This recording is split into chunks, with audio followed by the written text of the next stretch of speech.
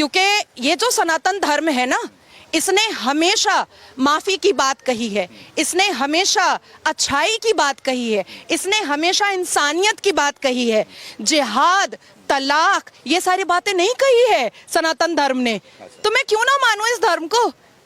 और देखिए, इस्लाम किसी के बाप की बपौती तो है नहीं, किसी के बाप की जागीर तो है नहीं कि कोई कि अब मुस्लिम महिलाएं मस्जिद तो जा नहीं सकती और मज़ार हम जा नहीं सकते क्योंकि कुरान ने मना किया है मज़ार परस्ती। तो मंदिर क्यों ना आऊं मैं।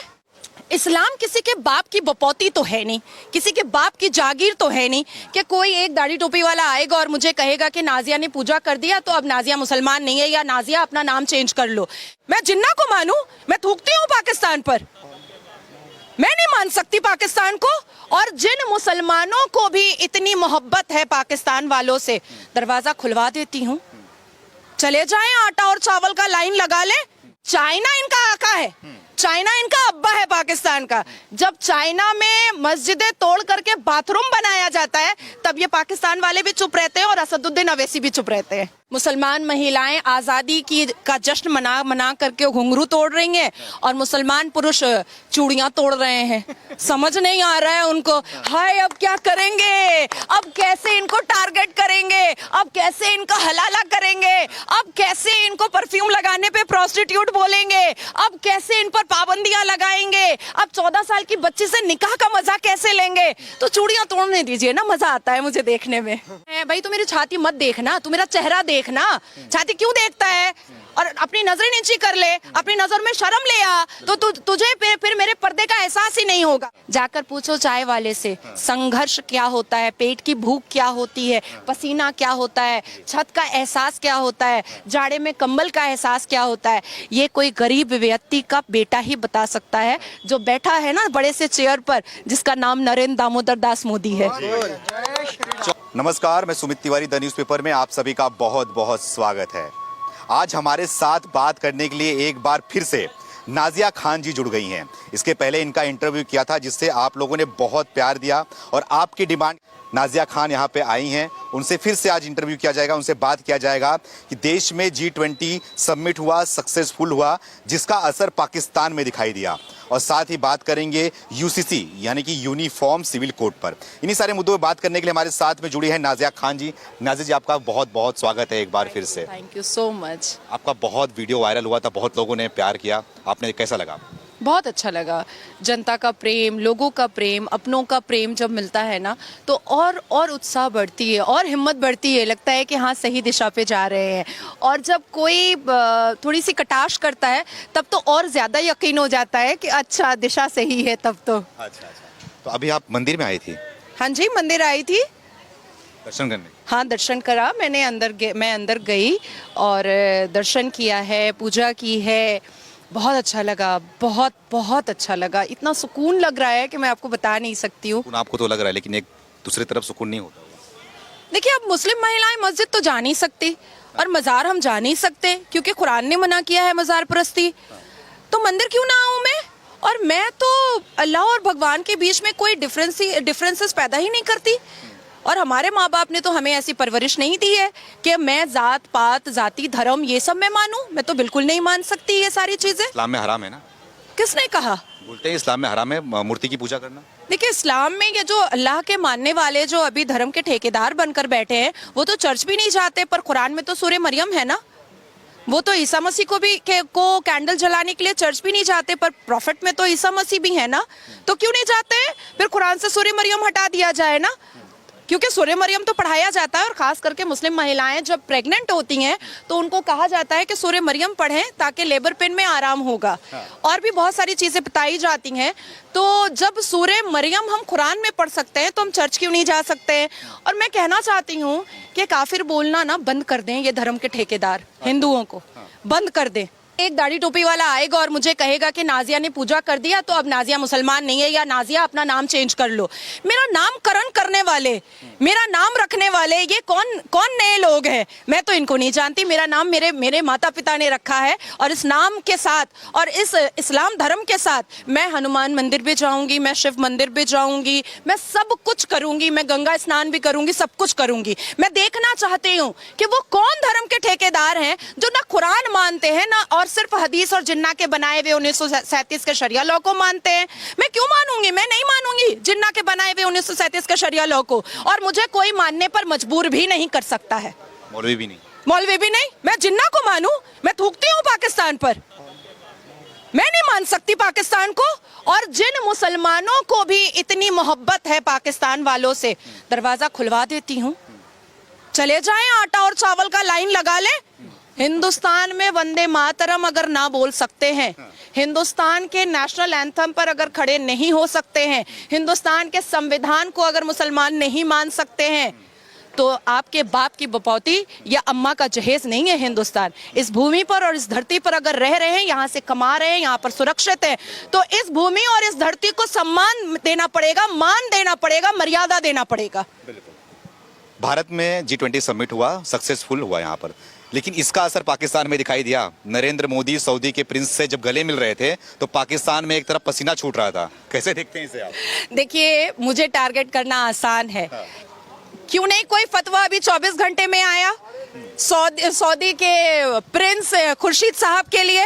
क्यों नहीं फतवा आ रहा है दुबई के शहजादे के लिए? वहां तो 72 एकड़ की मंदिर बन रही है और गले मिल रहे हैं खुर्शीद साहब। अब बताएं, कोई फतवा बताएं, क्योंकि खुर्शीद साहब कभी भी हिंदुस्तान के मुसलमानों को मुसलमान मानते ही नहीं है। देखिए, मैं अपने 5 पुश्त के बारे में बता सकती हूँ, नाना नानी दादा दादी, पर क्या पता मेरा छठा पुश्त सनातनी होगा, क्या पता हम कन्वर्टेड मुसलमान होंगे, ये भी तो हो सकता है ना, क्योंकि 4,500 साल पुराना तो यही धर्म था ना। देखिए, हमने मैं केरला विजिट की थी 2019 में, टीपू सुल्तान के बच्चों को देखा बर्तन मांजते हुए। पश्चिम बंगाल और लखनऊ में देखा नवाब वाजिद अली शाह के बच्चों को पतंगे बनाते हुए 10 पैसा पर। औरंगजेब ने कई मंदिरें तोड़ी, ठीक है, सम्राट अकबर ने राजपूतों को मारा। सूर्य, उसकी पूजा करते हैं ना हम, चंद्रमा उसकी पूजा करते हैं ना, अग्नि उसकी पूजा करते हैं ना, मिट्टी उसकी पूजा करते हैं ना, पेड़ पौधे उसकी पूजा करते हैं ना सनातनी। सबको खत्म करने की हिम्मत है, ताकत है, करके दिखाए तो, करके दिखाए। तो क्या लग रहा है, ये पाकिस्तान का जो पसीना छूट रहा है एक तरफ, और उस दूसरा अपने देश में भी इसका विरोध किया जा रहा है। G20 सक्सेसफुल तो हो चुका, लेकिन उसकी जो निगेटिव बातें हैं वो सिर्फ दिखाई जा रही हैं भारत के अंदर भी। क्या कहेंगे इसके बारे में? क्या नेगेटिव बातें हैं, मुझे बताइए ना। अब बारिश हो गया, पानी भर गया वहां पर मंडपम में, बोल रहे हैं क्या मोदी जी का सारा जो पैसा खर्चा किया था सब दिखाई दे दिया इसमें। देखिए, हर इंसान के पास जब वो सुबह उठता है ना, तो उसके पास उसकी जिंदगी का एक होमवर्क होता है। मेरा होमवर्क होता है, मैं सुबह उठूंगी, योगा करूंगी, उसके बाद मैं रेडी होऊंगी, मैं कोर्ट जाऊंगी। तो उसी तरीके से यहाँ पर रहने वाले और पाकिस्तान में रहने वाले का एक होमवर्क है, मुंह से जहर उगलना। तो वो उगलते हैं, हमें उसके ऊपर सोचना है, या हमें हमारे तिरंगे झंडे को चंद्रयान पर देखना है, चांद पर देखना है, सूर्य पे देखना है, ये देखना है। देखिए, भारत मंडपम में और G20 में जो तरक्की हम लोगों को मिली है, इस पूरे दुनिया के कैमरा के लेंसेज और सारी मीडिया इस दिल्ली में मौजूद थी, इस दिल्ली में मौजूद थी। इसके बारे में वो बात नहीं कर पाएंगे ना, क्योंकि यही जो खुराफात का चूरन वो देते रहते हैं, यही जो जहर उगलना है, ये आज से थोड़ी चल रहा है, ये तो आपका 1500 साल से चल रहा है। अच्छा, 1500 साल से चल रहा है। पाकिस्तान के लोग भी ये बोल रहे हैं ना कि हम भी परमाणु शक्ति हैं, हमें नहीं इनवाइट किया G20 में, बहुत गलत किया भारत ने। क्या कहेंगे फिर आप? देखिए, मैं इतना जानती हूँ कि शेर के झुंड में शेर रहता है, कुत्तों के झुंड में कुत्ता रहता है। क्या बात कह रहे हैं आप? बहुत बढ़िया। और मैं पूछना चाह रही हूँ कि आप पाकिस्तान के बारे में बार बार मुझसे पूछ रहे हैं। हमसे लिया हुआ भीख के कटोरे में वो जमीन चला नहीं पा रहा है, लोगों को वहां पर फाका कशी करवा रहा है, भूख मरवा रहा है, वहां पर छोटी छोटी बच्चियों को निकाह मुत्ता के नाम पर कंधे पे उठा करके बलात्कार कर रहा है, नौकरियां नहीं दे पा रहा है, फ्रांस से लेकर के सारे देश उनके पासपोर्ट को फेंक रहे हैं, उनका आना जाना बंद करवा रहे हैं। बड़े आए मस्जिदों में बम लगाते हैं, वहां कहते हैं मस्जिद अल्लाह का घर है। तो भाई, शियाओं की मस्जिद में बम क्यों लगाया? वहाबियों की मस्जिद में बम क्यों लगाया? अहमदियों की मस्जिद में बम क्यों लगाया? कुरान में कहा गया है कि फिरका परस्ती नहीं करनी है, सिर्फ एक कुरान को मानना है। तो ये होते कौन है फिरका परस्ती करने वाले? इन्होंने क्यों मस्जिदें तोड़ दी? अच्छा, देखिए इनकी पार्शियलिटी पाकिस्तान की। जब चाइना इनका आका है, चाइना इनका अब्बा है पाकिस्तान का, जब चाइना में मस्जिदें तोड़ करके बाथरूम बनाया जाता है, तब ये पाकिस्तान वाले भी चुप रहते हैं और असदुद्दीन अवैसी भी चुप रहते हैं। अच्छा, तो क्या लगता है आपको कि देश के अंदर फिर से विशेष सत्र बुलाया गया है मोदी जी के द्वारा, अब उसमें कहा जा रहा है कि यूनिफॉर्म सिविल कोड आने वाला है, उसके बाद से देश में कुछ लोगों की ना मतलब कि समझ जाओ अब हालत खराब होने वाली है, तो क्या लग रहा है देश को यूनिफॉर्म सिविल कोड की जरूरत है? मुसलमान महिलाएं आज़ादी की का जश्न मना करके घुंघरू तोड़ रही हैं और मुसलमान पुरुष चूड़ियां तोड़ रहे हैं। समझ नहीं आ रहा है उनको। हाय अब क्या करेंगे, अब कैसे इनको टारगेट करेंगे, अब कैसे इनका हलाला करेंगे, अब कैसे इनको परफ्यूम लगाने पे प्रोस्टिट्यूट बोलेंगे, अब कैसे इन पर पाबंदियां लगाएंगे, अब 14 साल की बच्ची से निकाह का मजा कैसे लेंगे। तो चूड़ियां तोड़ने दीजिए ना, मजा आता है मुझे देखने में। क्यों तकलीफ क्यों हो रही है? यूनिफॉर्म सिविल कोड अगर आ रहा है, देश है, एक कानून होना चाहिए, तो तकलीफ किस बात की? ये बोलते हैं कि हमारे शरीयत के खिलाफ है, हम इस्लाम के जो शरीयत हमारा बोलता है उसे मानेंगे, हम नए कानून को नहीं मानेंगे। देखिए मैं तो अल्लाह को मानूंगी, मुल्ला को नहीं मानूंगी। बात तो क्लियर है भैया। मतलब क्या? मैं मुल्ला को क्यों मानूं भाई? मैं अल्लाह की मानने वाली हूँ ना, मैं कुरान बंदे होते हैं की। मुल्ला। अच्छा सही में? फिर मजारे तोड़े? ये मजारे जो हैं वो तो कुरान ने मना किया है। मैं क्यों मानूंगी इनको? मैं इनको नहीं मानूंगी। ये जो मानना पड़ेगा, इस्लाम को अगर आप फॉलो कर रही हैं तो क्यों नहीं मानेंगे मुल्ला को आप? देखती हूँ किसके बाप में कितनी ताकत है कि मुझे मनवा के दिखा दे। 32 साल की उम्र तक तो मनवा नहीं पाए, अब कैसे मनवाएंगे वो भी मैं देख लेती हूँ। और वैसे भी 56 इंच के सीना मोदी जी की सरकार है, अब ताकत है तो दिखाए आकर के यहाँ पर सामने में। फतवा जारी हो जाएगा आपके खिलाफ? हो जाए। मेरे घर में नमाज पढ़ने से किसके बाप की ताकत है मुझे रोकने के लिए? मैं घर के अंदर रोजा रखूंगी, किसके बाप की ताकत है मुझे रोक देने के लिए? मैं घर के अंदर तहज्जुद की नमाज पढ़ूंगी, किसके बाप की ताकत है मुझे रोकने के लिए? मैं अपने घर के अंदर शुक्राने की नमाज पढ़ूंगी, मोदी जी जब दोबारा फिर से ओथ लेंगे तो उसके किसके बाप की ताकत है मुझे रोकने के लिए? और देखिए डिस्क्रिमिनेशन पहले कभी हुआ करता था इस देश में। जब नए पार्लियामेंट का निर्माण हो रहा था ना, तो सूर्य रहमान की तिलावत हुई थी और सेम श्रद्धा और विश्वास के साथ हमारे भारत के प्रधानमंत्री श्री नरेंद्र दामोदर दास मोदी जी ने आंखें बंद करके सूर्य रहमान की तिलावत भी सुनी थी। मैं नहीं, ये सारी डिस्क्रिमिनेशन को बंद करना चाहिए, इमीडिएट बंद करना चाहिए। यूसीसी का मैं स्वागत करती हूँ। देश के 67.2% मुसलमान महिलाओं ने वोट किया है, वो स्वागत करती हैं। हम वेलकम यूसीसी कह रहे हैं। क्या फायदा होगा उनको इससे? हमारी बेड़ियां खत्म हो जाएंगी, टूट जाएंगी, हम आजाद हो जाएंगे, हम बिस्तर का खिलौना नहीं बनेंगे, हमें कोई सेक्सुअली यूज नहीं कर पाएगा, हमें कोई बच्चा पैदा करने की मशीन नहीं बना पाएगा। हमें आजादी मिलेगी 1500 साल के बाद। अब तक तो इस्लाम को बचाया मुसलमान औरतों ने है, अब बारी आई है कि मुसलमान मर्द बचाएं। और इनके पेट में दर्द क्यों हो रहा है? क्योंकि इनको नौकरियों की लाइन लगानी पड़ेगी, अब पढ़ना पड़ेगा, क्वालिफिकेशन हासिल करनी पड़ेगी। तब से मोदी जी तो दे ही रहे थे हिंट कि एक हाथ में कुरान ले लो, दूसरे हाथ में कंप्यूटर ले लो। तो क्यों नहीं लिया था कंप्यूटर?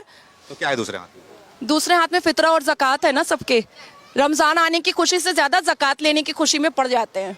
अच्छा, लेकिन लोग ये भी बोलते हैं ना आपके बारे में कि जो औरत मतलब कि जो इस्लाम को मानता है, इस्लाम में है, वो इस्लाम के प्रति ईमानदार नहीं है, तो लोगों के प्रति कैसे ईमानदार हो सकता है? तो सवाल उठता है आपको रे भी?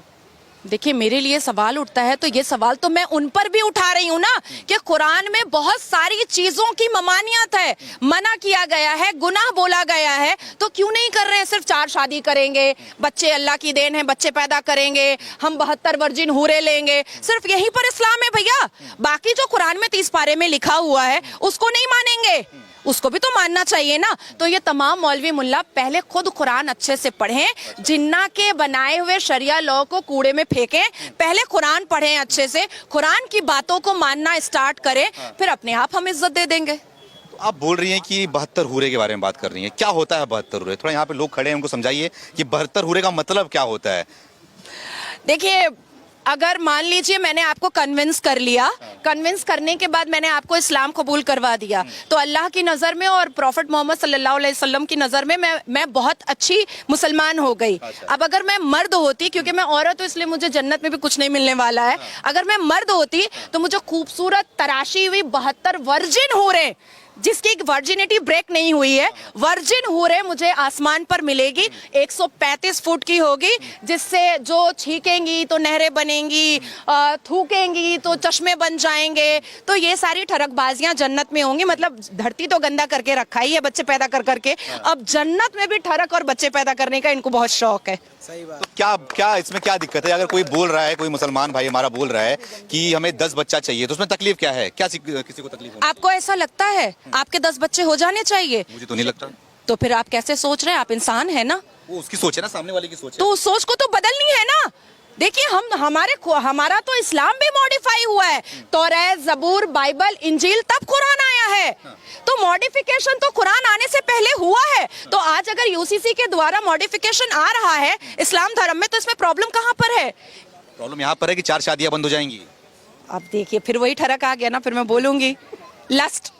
अरे खुदा से मोहब्बत करो, जिस्मों से लस्ट रखना छोड़ दो। यही तो समझाने की कोशिश की जा रही है ना। भारत के प्रधानमंत्री क्या कह रहे हैं कि अल्लाह के मानने वाले, अल्लाह ने कहा है इल्म मानो। अब नाजिया ने पढ़ लिया तो नाजिया आवारा हो गई, नाजिया ने पढ़ लिया तो नाजिया खराब हो गई, नाजिया ने पढ़ लिया तो नाजिया भाई अब मुसलमान ही नहीं रही। भाई अगर मुझसे बात करनी है इस्लाम के बारे में, तो मैं आपको कह रही हूँ कि मैं बामायने वाला कुरान हाथ में बिना लिए हर एक सवाल का जवाब देने को तैयार हूँ। अच्छा, जब आपने कुरान पढ़ा है, इस्लाम को मानती है, बुरखा नहीं पहनती आप, हिजाब नहीं पहनती आप, तो बोलेंगे सच्चे मुसलमान कर लेना आप भी, और जिनके फेवर में आप बात कर रहे हैं उनको भी कहिए कि शर्म और लिहाज अपनी आंखों में रख ले, मुझे नकाब पहनने की जरूरत नहीं पड़ेगी। बहुत बढ़िया। अच्छा, ये तो गलत है बात। अगर आप इस्लाम को फॉलो कर रही हो, अगर आप मस्जिद में जा रही हो, नमाज पढ़ रही हो, तो उनकी बात, जैसे कि आप मंदिर में, सब हम लोग हैं मंदिर में जाते हैं, पुजारी की बात मानते हैं, पुजारी जो बोलता है हम वो करते हैं ना, तो मौलवी जो बोलता है आपको भी करना चाहिए वो चीज़ें। आपके पुजारी ने अभी मुझे मना नहीं किया मस्जिद में एंटर करने से, आपके मंदिर में एंटर करने से। आपके पुजारी ने अभी नहीं कहा दुपट्टा कहाँ है, पर्दा कहाँ है। आपके पुजारी ने ये सारी चीजें मुझसे नहीं पूछी। सिर्फ मेरी श्रद्धा देखा, मेरा विश्वास देखा, मेरी आस्था देखी, मेरे आंखों में इज्जत देखी कि इस मंदिर में एंटर करते वक्त मेरी आंखों में बहुत श्रद्धा और विश्वास था। तो बाकी चीजें तो उनके नजरों में कुछ मुझे वैल्यूबल लगी ही नहीं। उनकी नजरों में सिर्फ मेरा श्रद्धा ही वैल्यूबल था। लेकिन अभी मैं मेन स्ट्रीम मीडिया में जब खड़ी होती हूँ, तो क्योंकि मैं कोर्ट के ड्रेस में होती हूँ, तुम्हारा पर्दा कहाँ है? भाई तू मेरी छाती मत देखना, तू मेरा चेहरा देखना।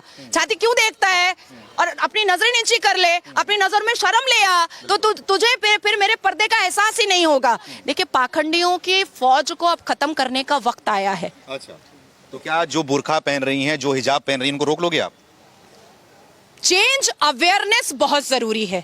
चेंज और अवेयरनेस लाने की पूरी कोशिश नाजिया इलाही खान करेगी और आखिरी सांस तक करेगी। अच्छा। मैं पूछना चाहती हूँ कि जब आदम को जन्नत से धरती पर फेंका गया था, तो क्या हव्वा ने नकाब पहना हुआ था? कोई मुझे इसका जवाब दे दे। किसी के पास जवाब नहीं होगा। आप इतनी एनर्जी के साथ में इतना चिल्ला के बोलती हो, इतनी ताकत कहाँ से आती है? आप नरेंद्र मोदी की बात करती हो कि नरेंद्र मोदी प्रधानमंत्री हैं, कोई मुझे मेरा कुछ भी करके दिखाए, तो इतना नरेंद्र मोदी के प्रति इतना घमंड क्यों? अभी यूपी चलिए ना आप मेरे साथ। अगर जैसे ही उसका हस्बैंड कहता है ना तलाक दे देंगे, तो वो कहती है योगी को बुला देंगे।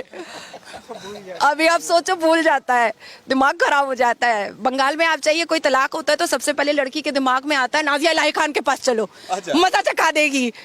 तो देखिए माहौल चेंज हो रहा है, सिनेरियो चेंज हो रहा है। मुस्लिम लड़कियों के ऊपर जो अत्याचार होता आया है, मुस्लिम लड़कियों के साथ जो कुप्रथाओं की मुस्लिम लड़कियां शिकार होती आई हैं, उससे बाहर निकलने का वक्त आया है, उससे आगे बढ़ने का वक्त आया है। मैं चाहती हूं कि मेरी कम्युनिटी की मुसलमान लड़कियां पढ़े लिखे शिक्षित हों, वो भी इसरो में काम करें, वो भी इंजीनियर बने, वो भी डॉक्टर बने, वो भी सुप्रीम कोर्ट में जाएं, वो भी चिल्लाएं, वो भी रोड पर कहें कि मैं आज़ाद हूँ। मैं ये चाहती हूँ। ये है असली आज़ादी। सही बात, ये है असली आज़ादी जो बहन ने कहा है। तो मैं तो इनको सुनता रहता हूँ। आज हनुमान मंदिर प्रांगण में मैंने देखा, और ये बड़ा सिद्ध मंदिर है, इनका भी सौभाग्य है यहाँ आना। और मुझे लग रहा है इनका फ्यूचर ब्राइट है। जहाँ पे हमारे कुछ हिंदू अपने सनातन संस्कृति को खो रहे हैं ना, उनको नाजिया इलाही खान जी से सीखना चाहिए कि दीदी किस तरीके से आई है पूजा करने के लिए, हाथ में भगवा गमछा भी है। तो ये कहीं ना कहीं जो आज के जो बोलता है ना सनातन को खत्म करेंगे, उनके लिए सबसे बड़ा सेट एग्जाम्पल कर दिया नाजिया इलाही खान जी कि सनातन मिटने वाला नहीं है। आज के डेट में मुस्लिम भी जो पढ़े लिखे मुस्लिम है, वो भी आज के डेट में मंदिर का ही प्रांगण में आ रहे हैं। आखिरी सवाल आपसे ये है, मैं भूल गया सवाल करना आपसे कि स्टालिन का वीडियो अपना आप वीडियो देखा होगा आपने, उनका स्टेटमेंट देखा होगा। वो बोल रहे हैं सनातन धर्म आपका मलेरिया और डेंगू है, और एक जन बोल रहे हैं कि सनातन धर्म HIV है। तो किस तरीके की बातें हो रही है सनातन धर्म के बारे में? उनसे कहे ना कि स्टालिन के पार्टी के झंडे पे ना सूर्य की किरण है, पहले उसको हटा दे, पहले उसको हटा करके कोई मस्जिद का फोटो लगा दे तो मैं मान जाऊंगी।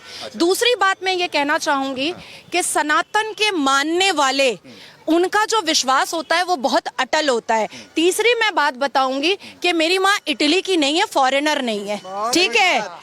मेरी माँ भारतीय नारी है, इस भारत की धरती से उसने मुझे मोहब्बत करना सिखाया है। मुझे कुरान में बताया गया है कि जिस धरती पर रहती हो उससे मोहब्बत करो, मैं वो कर रही हूँ। जिसकी माँ इटली की है उसको ये सारी खुफिया बातें और खुफिया चीजें समझ में आएंगी। समझ में तो सबको आ रहा है यहाँ पर, बताइए आप लोग को समझ में नहीं आ रहा? राहुल गांधी तो गुनाह है क्या इटली का होना? देखिए हिंदी बोलना तक नहीं आया, अरे रे रे रे रे रे रे, दिमाग तो चेंज करना चाहिए ना। अच्छा मुझे एक बात बताइए, इंदिरा गांधी को किसके नाम से पुकारा जाता था? इंदिरा गांधी ना, पति कहाँ गए? सोनिया गांधी को किसके नाम से पुकारा जाता है? एंटोनियो माइनो। एंटोनियो माइनो पति के नाम से पुकारा जाता है ना, तो इंदिरा गांधी को पिता के नाम से क्यों पुकारा जाता है? पूरा गड़बड़ घोटाला है ये गांधी परिवार, पूरा का पूरा गड़बड़ घोटाला है।